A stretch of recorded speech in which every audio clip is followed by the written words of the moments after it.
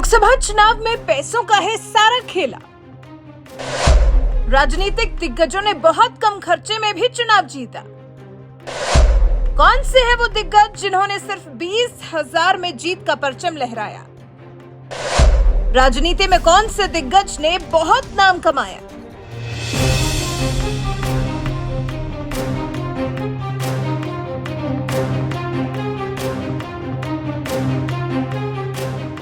लोकसभा चुनाव की तारीखों का ऐलान हो चुका है। एक के बाद एक अलग अलग दल अपने प्रत्याशियों की लिस्ट भी जारी कर रहे हैं। इसी बीच में अलग अलग पार्टियों के अलग अलग दिग्गजों की भी जबरदस्त तरीके से चर्चा हो रही है और जो खर्चा अपनी सीट पर एक एक प्रत्याशी करता है उसको लेकर भी हो हल्ला मचा है। लेकिन क्या आप जानते हैं, एक शख्सियत ऐसी भी है जो लाखों करोड़ों खर्च न कर सिर्फ 20,000 रुपए में विधायक बन गए थे। हम बात कर रहे हैं दिग्गज नेता नरेश अग्रवाल की। 2 बार के राज्यसभा सांसद रहने के साथ साथ उत्तर प्रदेश सरकार में मंत्री भी रहे। हरदोई सदर विधानसभा सीट पर पिछले करीब 3 दशकों से बीजेपी नेता नरेश अग्रवाल और उनके खानदान का दबदबा है। इस सीट पर एक बार उनके पिता श्रीचंद अग्रवाल, 7 बार खुद नरेश अग्रवाल और 4 बार उनके पुत्र नितिन अग्रवाल, जो वर्तमान में योगी सरकार में आबकारी राज्य मंत्री स्वतंत्र प्रभार हैं, जीत चुके हैं। हरदोई लोकसभा सीट एक बार नरेश अग्रवाल की बनाई लोकतांत्रिक कांग्रेस के खाते में भी जा चुकी है। नरेश अग्रवाल की ताकत का अंदाजा इसी बात से लगाया जा सकता है कि लहर किसी भी पार्टी की रही हो, लेकिन उन्होंने जिस प्रत्याशी को जिताने की ठानी उसको जिताकर ही दम लिया। नरेश अग्रवाल के लिए कहा जाता है कि वो सत्ता से दूर नहीं रह सकते, इसलिए वो हर दल में रह चुके हैं और अब बीजेपी में है। नरेश अग्रवाल की राजनीति में आने की कहानी भी दिलचस्प है। दिग्गज नेता नरेश अग्रवाल की किताब नरेश अग्रवाल के राजनीतिक 50 वर्ष में उनकी कहानी बताई गई है कि 1980 में उन्होंने पहला विधानसभा चुनाव पार्टी से मिले 20,000 रुपए में लड़ा था। देवकीनंदन मिश्र से संवाद के आधार पर प्रकाशित पुस्तक में 50 साल में कितनी बदल गई राजनीति विषय से भी आलेख है। इसी में बताया गया है कि 1980 में उन्होंने विधानसभा का पहला चुनाव कांग्रेस के टिकट पर हरदोई विधानसभा क्षेत्र से लड़ा था। इस चुनाव में पार्टी की ओर से 20,000 रुपए दिए गए थे।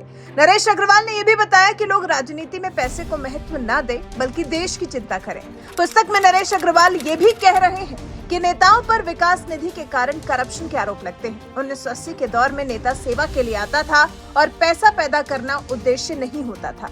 नरेश अग्रवाल लिखते हैं, तब राजनीति में विश्वास की भावना थी और अब अविश्वास लगातार बढ़ता जा रहा है। वहीं नरेश अग्रवाल के राजनीतिक सफर की बात करें तो कांग्रेस के साथ अपनी राजनीतिक पारी शुरू करने वाले नरेश अग्रवाल 1997 तक पार्टी के साथ ही रहे, लेकिन फिर उसके बाद अपनी अखिल भारतीय लोकतांत्रिक कांग्रेस पार्टी बना ली थी। साल 2001 में नरेश अग्रवाल ने समाजवादी पार्टी ज्वाइन कर ली थी। मुलायम सिंह यादव के नेतृत्व में सपा की सरकार बनी तो उसमें मंत्री भी रहे।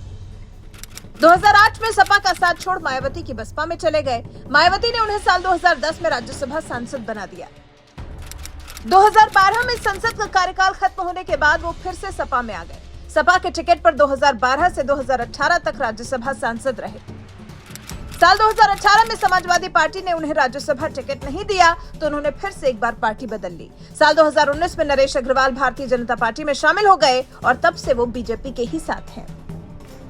हरदोई सीट पर 1990 के बाद से या तो बीजेपी का या फिर सपा का दबदबा रहा है। कांग्रेस को आखिरी बार यहां से 1984 में जीत हासिल हुई थी। ये क्षेत्र नरेश अग्रवाल के दबदबे की वजह से खास रूप से पहचाना जाता है। नरेश अग्रवाल के बेटे नितिन अभी योगी सरकार में मंत्री हैं। वैसे आप नरेश अग्रवाल की राजनीति शुरू करने से उनके यहाँ तक के सफर के बारे में जानने के बाद क्या कुछ कहना चाहेंगे? कमेंट कर हमें जरूर बताएं।